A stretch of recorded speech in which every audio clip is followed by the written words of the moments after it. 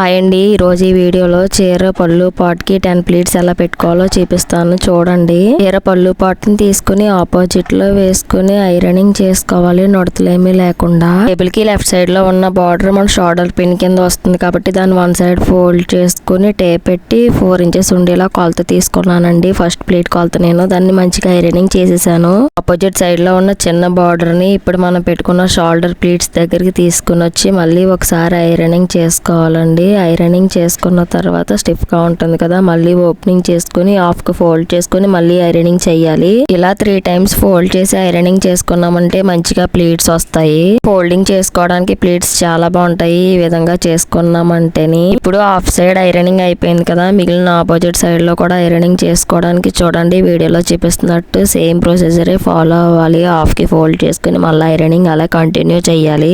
Ironing అయిన తర్వాత చీరను ఓపెన్ చేసుకుని ఆపోజిట్ సైడ్ కి రివర్స్ చేసుకుని మన ప్లేట్స్ ని వరుసగా పెట్టుకున్నామంటే మంచిగా వచ్చేస్తాయండి ప్లేట్స్ అన్ని. వీడియోలో చూస్తున్నారు కదా, అదే విధంగా ఈ విధంగా ఐరన్ చేసుకుంటే ఈక్వల్ గా 10 ప్లేట్స్ వస్తాయండి. వీడియో నచ్చినట్లయితే సబ్స్క్రైబ్ చేసుకోండి, లైక్ చేయండి.